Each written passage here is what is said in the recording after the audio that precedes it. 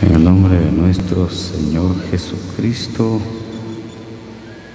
Evangelio según San Juan, capítulo 1, versículos 16 y 17, dice así la palabra de Dios. Porque de su plenitud tomamos todos, y gracia sobre gracia. Pues la ley por medio de Moisés fue dada, pero la gracia y la verdad vinieron por medio de Jesucristo. Gracias damos a nuestro Dios siempre, y muy especialmente por el Señor Jesucristo, por su presencia con nosotros y porque Él ha sido, es y será el Verbo de Dios. Él es la acción, el movimiento, el poder y la bendición de la misma palabra de Dios. El evangelista Juan escribió estas palabras y a la altura del versículo 16 escribe la llenura que hay en Cristo para poder solventar nuestra necesidad, llenándola de gracia,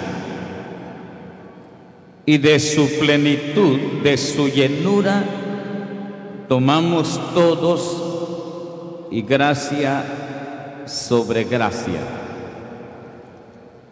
Pero el mensaje, hermano y hermana, está en el versículo 17. Pues la ley por medio de Moisés fue dada, pero la gracia y la verdad vinieron por Jesucristo. En este versículo, hermano, el Espíritu Santo nos enseña dos dispensaciones, dos tiempos. Solo quiero hacerle mención, hermano y hermana, solo quiero hacerle mención porque en este mensaje, con la ayuda de Dios y del Espíritu Santo, quisiera mostrarle algo sobre estas dos dispensaciones, tanto la dispensación de la ley como la dispensación de la gracia. El cambio que ha habido del uno para con el otro. Solo quiero hacerle mención que desde el inicio de la creación, han pasado tiempos, han pasado dispensaciones. Como ejemplo, le repito, reitero, valga la redundancia, que solo quiero hacerle mención. Por ejemplo, cuando Dios formó a Adán y Eva y los colocó en el huerto del Edén, el Espíritu Santo hace resaltar que Adán y Eva estaban desnudos y no se avergonzaban. Se vivió, la Biblia no especifica cuánto tiempo fue el tiempo de la inocencia o la dispensación de la inocencia, no especifica la Biblia. Más tarde, cuando el diablo engaña a Eva y a Adán, cuando caen en desobediencia, cuando se les abre los ojos del entendimiento, los ojos de la conciencia, es así. En el tiempo de la inocencia dice que estaban desnudos, pero no se avergonzaban. Dios no podía culpar o condenar de pecado a Adán porque vivió su tiempo o su dispensación de la inocencia. Más tarde pecó contra Dios, fracasó, cayó, se abrieron sus ojos de la conciencia, y es ahí cuando comienza la dispensación de la conciencia.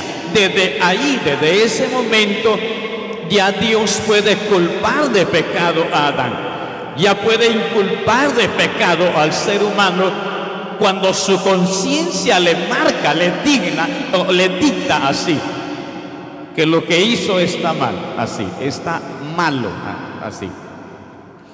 Más tarde, hermano, más tarde, cuando usted lee en la Biblia de aquel poderoso cazador, el primer cazador en la Biblia, que se llamó Rehoboth, así fue su nombre, poderoso cazador, se comenzó la dispensación del gobierno humano. Y ahí es donde usted comienza a mirar a reyes, los reyes de Sodoma, reyes de Gomorra, y etcétera, y etcétera. Pero más tarde, hermano, cuando Dios hace un llamado a Abraham, así era su nombre, comienza la dispensación de la promesa.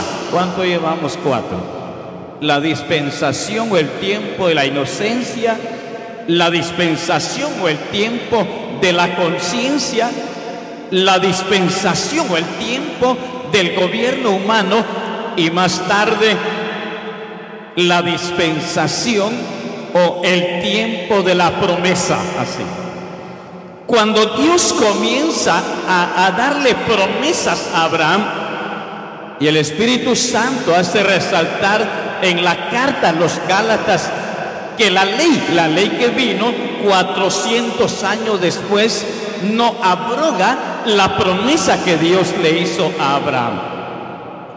Bueno, pero después Dios le hace un llamado a Moisés, y usted que ha leído la palabra recordará cuando Dios lo llama de la zarza, aquella zarza. Moisés dijo: iré y veré esta grande visión. ¿Por qué la zarza arde, pero no se consume? Si el fuego comúnmente consume, el fuego quema, arrasa, pero ¿por qué la zarza no se consume?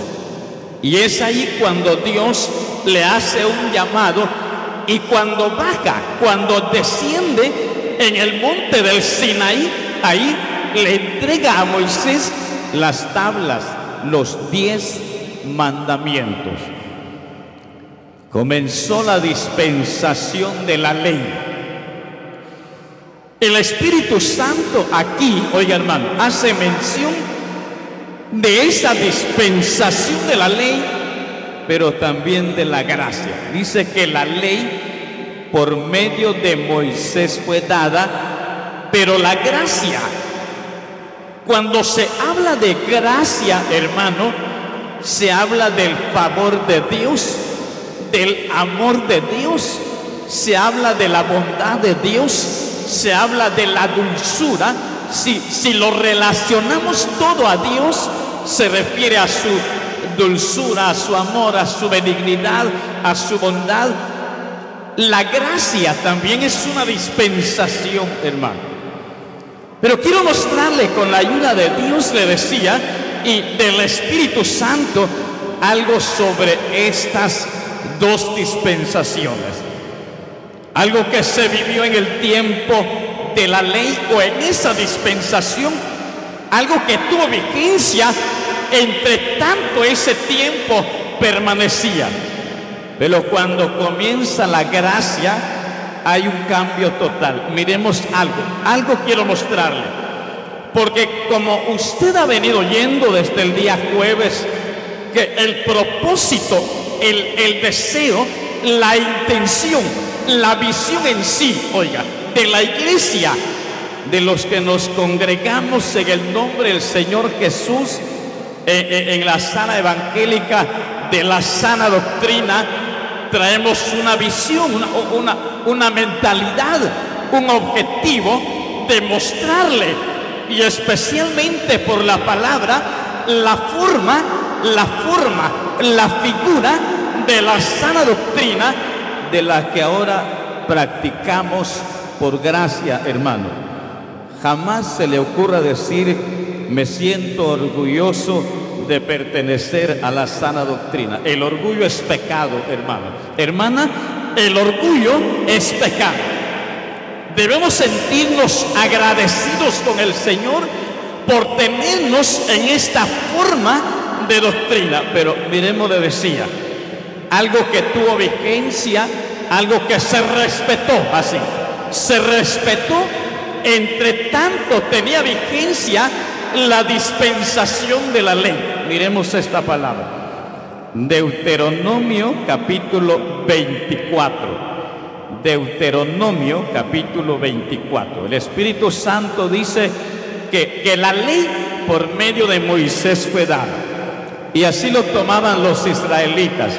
En la ley de Moisés dice: Moisés mandó, porque bíblicamente, si usted registra la palabra en Hechos capítulo 7, versículo 53, dice que la ley fue por disposición de los ángeles, pero fue Moisés quien subió al monte del Sinaí para recibir las tablas de los 10 mandamientos. Miremos esta palabra. Deuteronomio capítulo 24. Algo que tuvo vigencia en el tiempo de la ley, en esa dispensación. Algo que se respetó.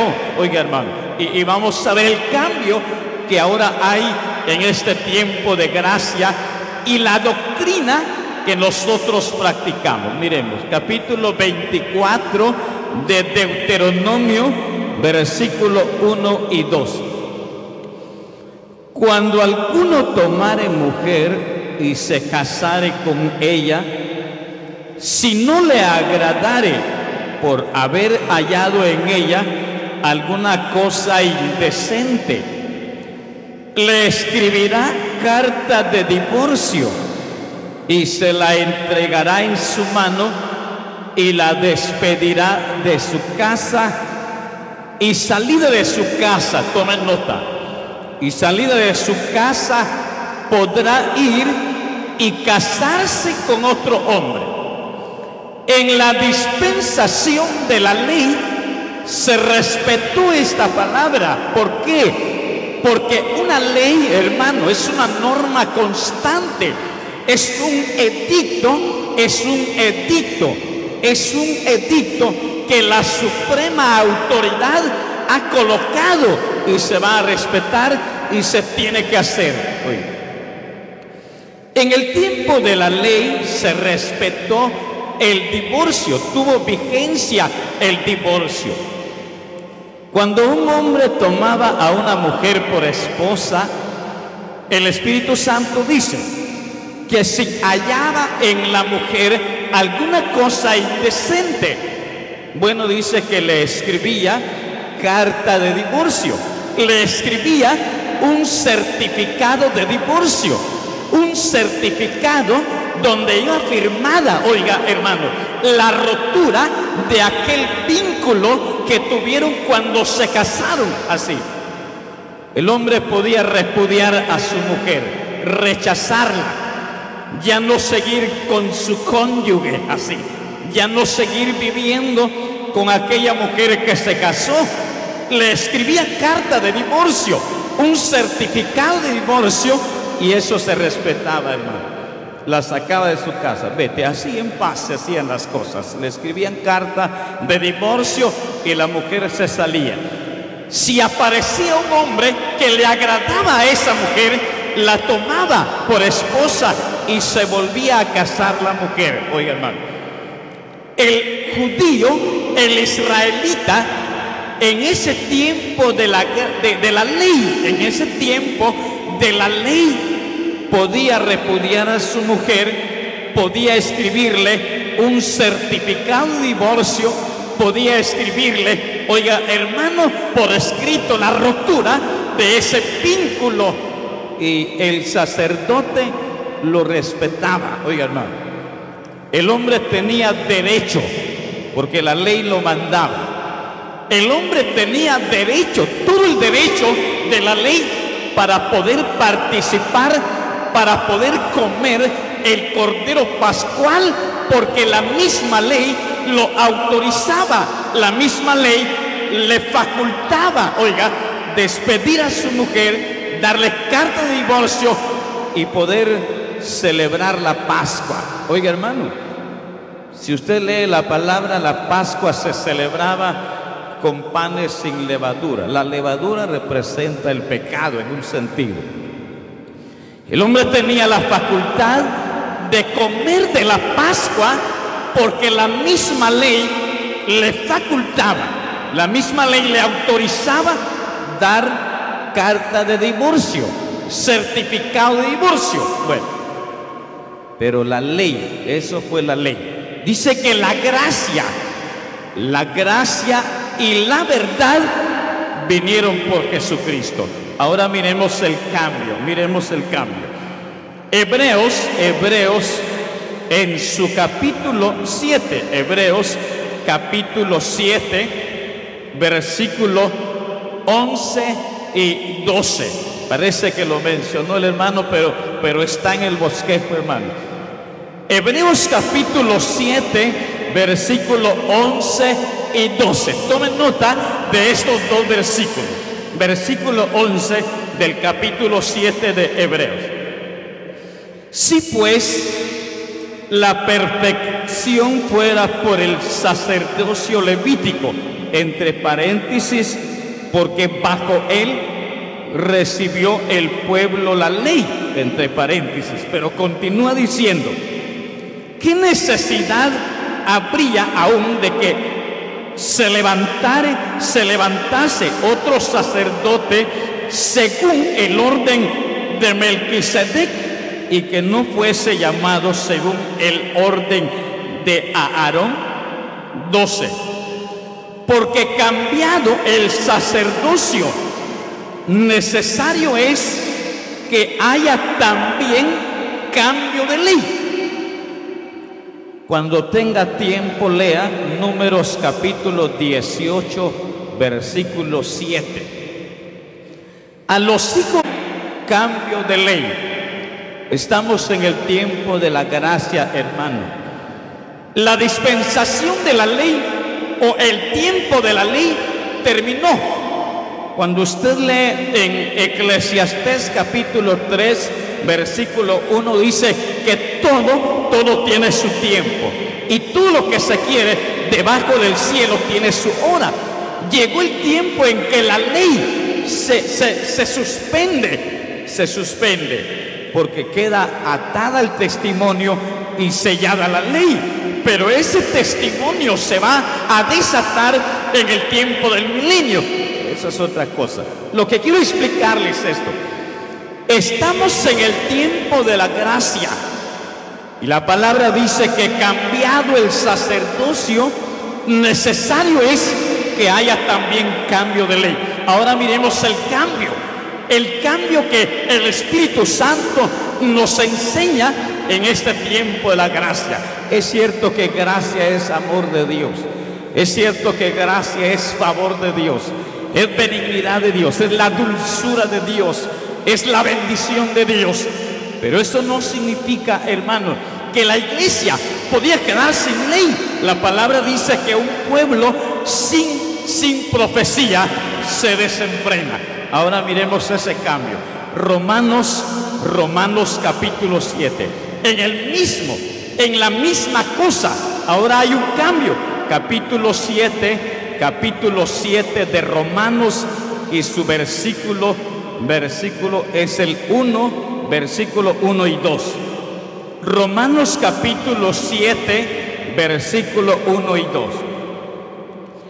¿Acaso ignoráis, hermanos, entre paréntesis, pues hablo con los que conocen la ley, que la ley se enseñorea del hombre entre tanto que éste vive? Porque la mujer casada está sujeta por la ley al marido mientras éste vive. Pero si el marido muere, ella queda libre de la ley del marido. Estamos en este tiempo de gracia. Dice que la gracia y la verdad vinieron por Jesucristo. Oiga, hermano y hermana. Pero el hecho de estar en este tiempo de gracia, en este tiempo del amor, del favor, de la dulzura, de la benignidad o la bendición del Señor, no significa que también se podía quedar sin ley. Hay un cambio de ley. En la ley facultaba, permitía, le daba la libertad al hombre de escribirle carta de divorcio, de darle un certificado de divorcio y repudiarla, sacarla de su casa. El hombre y la mujer se podía casar con otro porque la misma ley, la ley de Moisés, lo facultaba.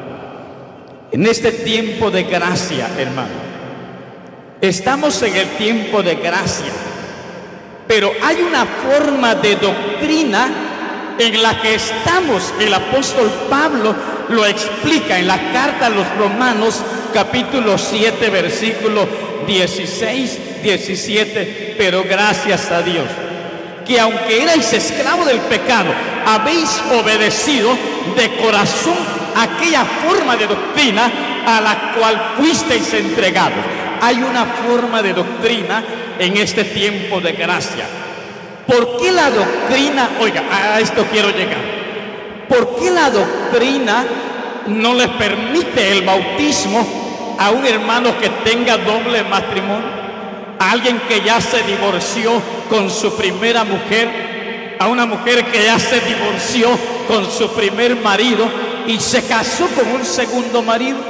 ¿Por qué la doctrina no les permite a estos hermanos y a estas hermanas? Porque bíblicamente dice que mientras el hombre vive, la mujer sigue casada. Es cierto que hay leyes en la tierra, hermano. Existen certificados también de divorcio. A saber cuántos hombres, a saber cuántas mujeres por este lado un día también se divorciaron. Algunos estarán todavía solos, pero otras y otros ya se casaron. Pero el primer matrimonio, oiga, en el primer matrimonio, especialmente cuando se hace una ceremonia, uno de los profetas menores menciona que se hace un pacto, que se hace una alianza. Y le quiero mostrar, miremos, el Señor lo ratifica. Veamos Evangelio según San Mateo, Evangelio según San Mateo, capítulo 19, porque le decía, hermano, la iglesia, la asamblea, la iglesia que nos congregamos en el nombre del Señor Jesús, venimos a dar a conocer la forma de doctrina en la que estamos, hermano. Pero oiga, la doctrina tiene su forma, tiene su figura, y hay cosas que la misma doctrina no los permite. Ahora miremos, Evangelio según San Mateo, capítulo 19, versículo 7 en adelante. Le dijeron: ¿por qué pues mandó Moisés dar carta de divorcio y repudiarla? Él les dijo: por la dureza de vuestro corazón, Moisés os permitió repudiar a vuestras mujeres, mas al principio no fue así. Tome nota, el Señor ratifica lo que Dios hizo en el principio. Versículo 9.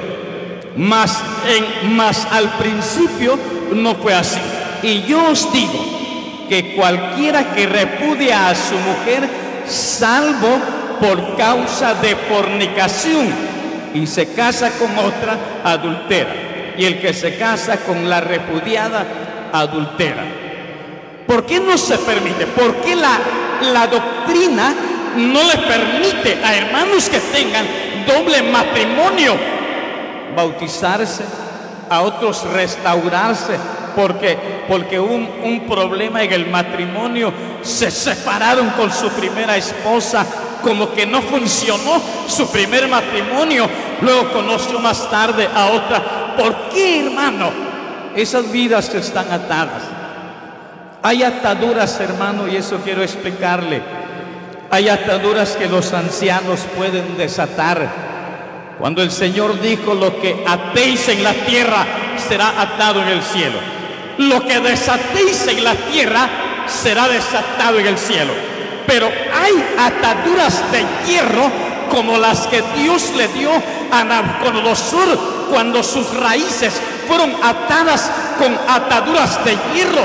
Oiga, hermano, esas ataduras, hay sellos, hay ataduras que solo el Señor los puede desatar, hermano. Tienen doble matrimonio, la doctrina no lo permite. Todavía sigue el hombre vivo, todavía sigue la mujer, la primera mujer viva, todavía está casado, aunque esté divorciado.